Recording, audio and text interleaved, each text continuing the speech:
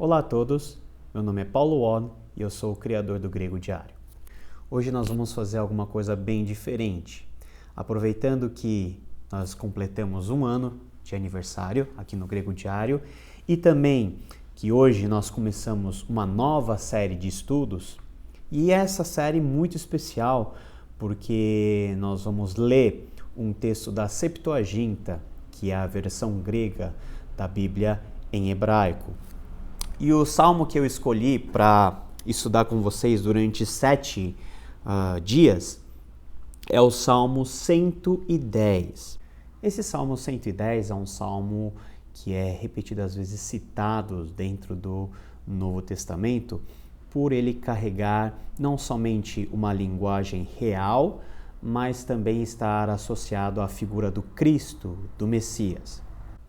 Então vamos ler esse salmo, que mais uma vez é o Salmo 110, 1, de acordo com o texto em hebraico e também as nossas traduções em português, mas que é o Salmo 109, 1, de acordo com a Septuaginta.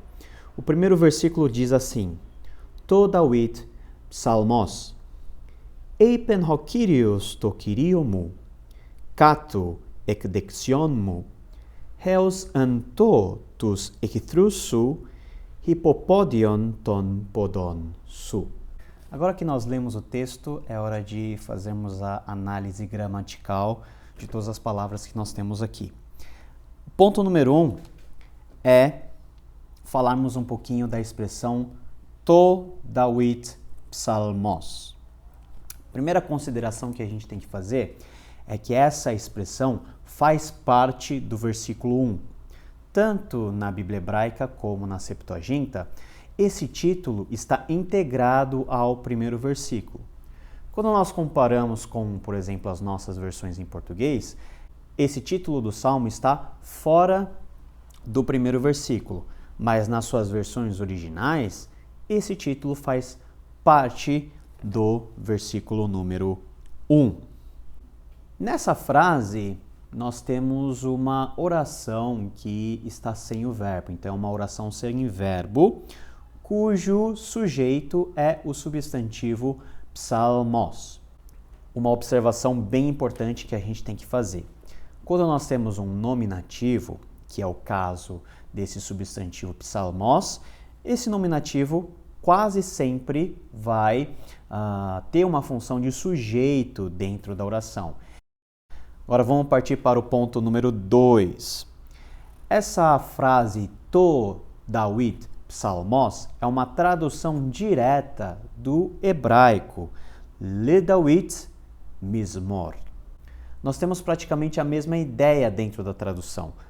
Essa preposição le, no hebraico, ela tem um sentido de para alguma coisa, ou em alguns casos pode ser usado para expressar uma relação de posse ou atribuição. Nesse sentido, To Dawid também tem essas duas nuances. O dativo To Dawid pode ser traduzido de duas maneiras.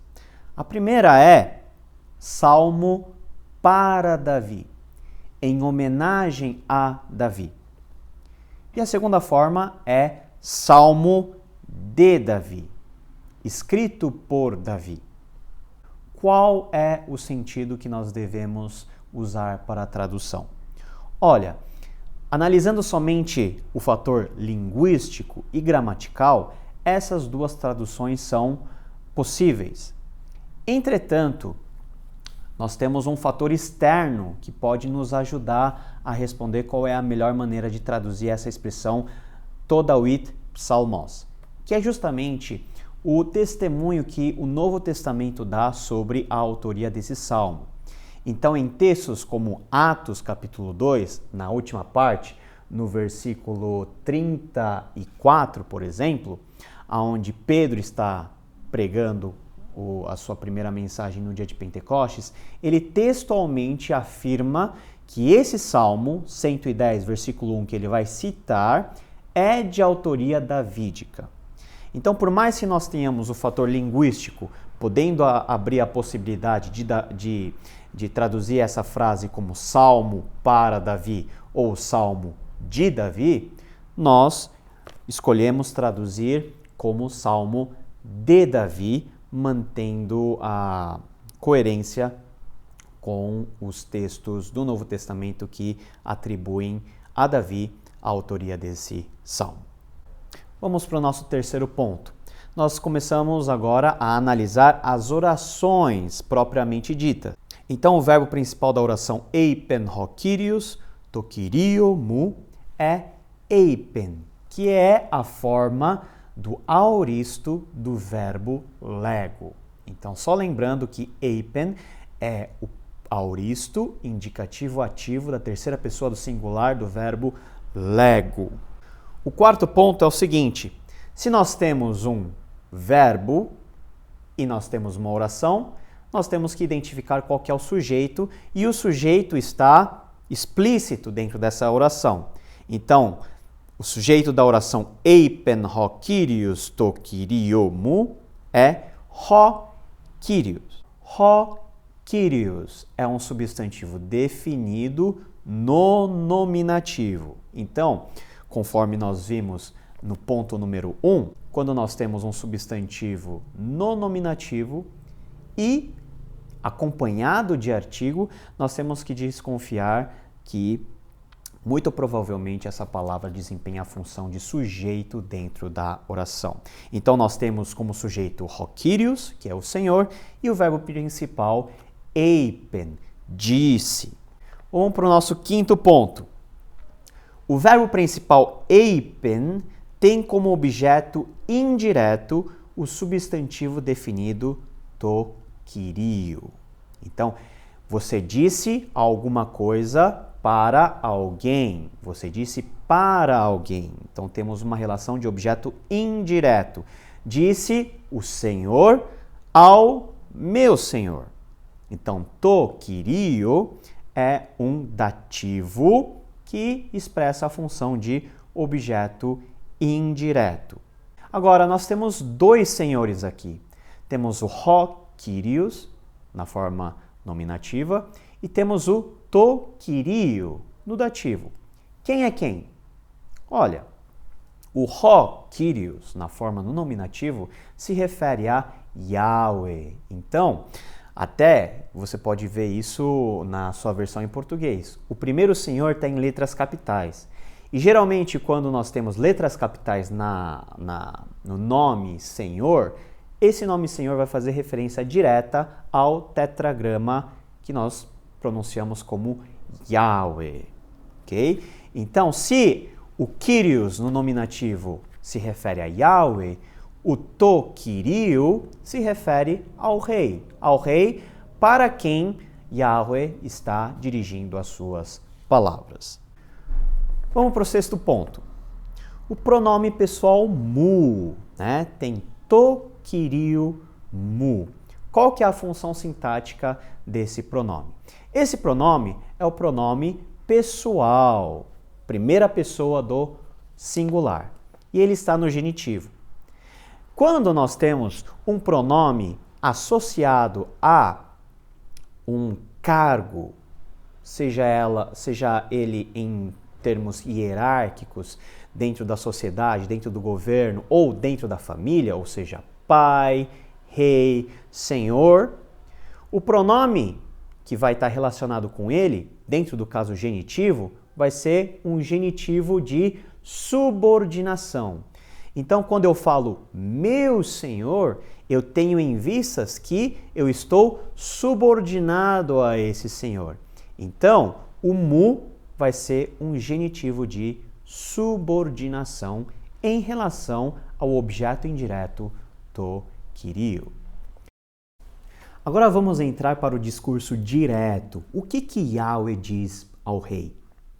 Ele diz, primeiramente, essa oração. Kathu ekdexion mu. Então, dentro dessa oração, nós temos que identificar qual que é o verbo principal. É justamente o ponto 7. O verbo principal da oração kathu ekdexion mu é o kathu, que é o imperativo do verbo kathemai. O ponto número 8 agora. Ok, depois do verbo principal, nós temos uma construção preposicional, ou seja, uma frase preposicional. Nós temos a combinação da preposição ek mais o adjetivo genitivado dexeon. O que quer dizer ek dexeon? Vamos lembrar de uma informação muito importante.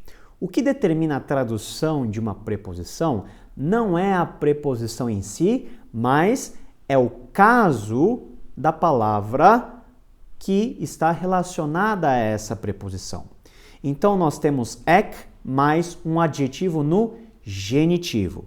Nesse caso, a combinação ek dexeon expressa uma ideia locativa, ou seja, sente-se à direita, sente-se na parte direita, no local da direita, no espaço da direita. Falando de outra maneira, dexeon é um genitivo locativo. O ponto 9 fala do pronome pessoal mu. Qual que é a função desse mu dentro da oração? Esse pronome está atrelado, está ligado ao adjetivo dexeon e ele também está no genitivo. Qual é a função desse mu? Ele está atribuindo, ou seja, está caracterizando, especificando alguma informação sobre o adjetivo dexeon. Então, não é simplesmente sente-se à direita. É à direita de quem? É a minha direita. Então, essa palavra direita, dexeon, está sendo caracterizada por esse pronome pessoal mu, que vai ser um genitivo atributivo.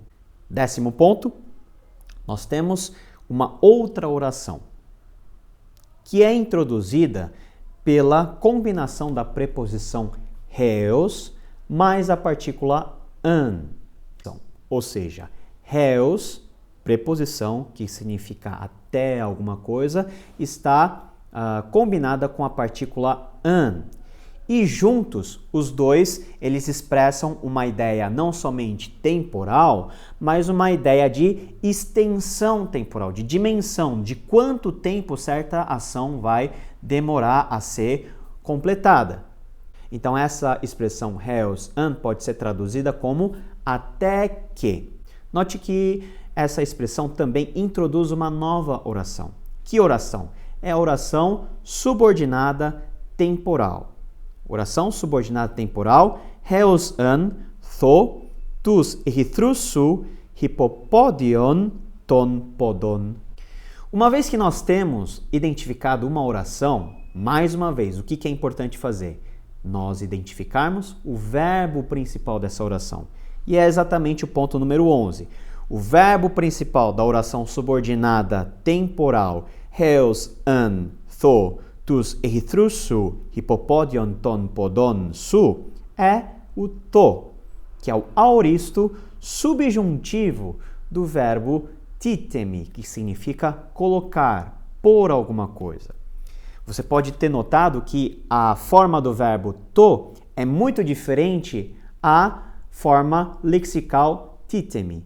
Isso porque to é uma forma do aoristo e daquele aoristo que muda completamente a forma em relação ao seu radical original. Ponto 12. Esse verbo principal to tem como objeto direto o substantivo definido tus erithros. Tus erithros não é uma referência a alguma coisa, e sim a alguém. Então, os inimigos. Então, nesse caso, nós temos um objeto direto de pessoa, até que eu ponha os inimigos. Vamos lá para o 13. Nós temos o pronome pessoal su atrelado ao erithros, ao substantivo erithros. E esse genitivo é o genitivo atributivo. Então, ele vai caracterizar de quem que é os inimigos. Esses inimigos são teus. Deus está falando isso para o rei, os teus inimigos. Então, traduzindo de uma maneira mais ampla, até que eu ponha ou coloque os teus inimigos. Su é um genitivo atributivo. Ok, até que eu coloque os seus inimigos como? Nós temos o ponto número 14, relacionado ao substantivo hippopodion. Esse hippopodion é um acusativo de modo em relação ao verbo principal tho. Como eu vou colocar esses inimigos? Como estrado, como apoio. Mas apoio de quê? Né? Aí nós temos o ponto número 15. O substantivo ton podon vai caracterizar o substantivo hippopodion, que é um acusativo de modo. Então, é um estrado dos pés, literalmente o estrado dos pés. Então, nós temos até aqui, até que eu ponha os teus inimigos como estrado dos pés. E por fim, os pés de quem? Aí nós temos o último ponto, que é o ponto 16. O pronome pessoal su é um genitivo atributivo em relação ao substantivo definido ton podon. Então, como estrado dos teus pés. Nós estamos falando do pronome su, que é um genitivo atributivo que está na segunda pessoa do singular. Depois desses 16 passos de análise do nosso primeiro texto na Septuaginta, nós podemos chegar numa tradução. E a tradução que eu fiz foi esta: Salmo de Davi. Disse o Senhor ao meu Senhor: sente-se à minha direita, até que eu ponha os teus inimigos como estrado dos teus pés. Bom, pessoal, por hoje é só. Espero poder, nas próximas vezes, fazer vídeos mais parecidos com esse para poder te ajudar a ler melhor o texto em grego. Que Deus te abençoe. Tenham todos um bom dia.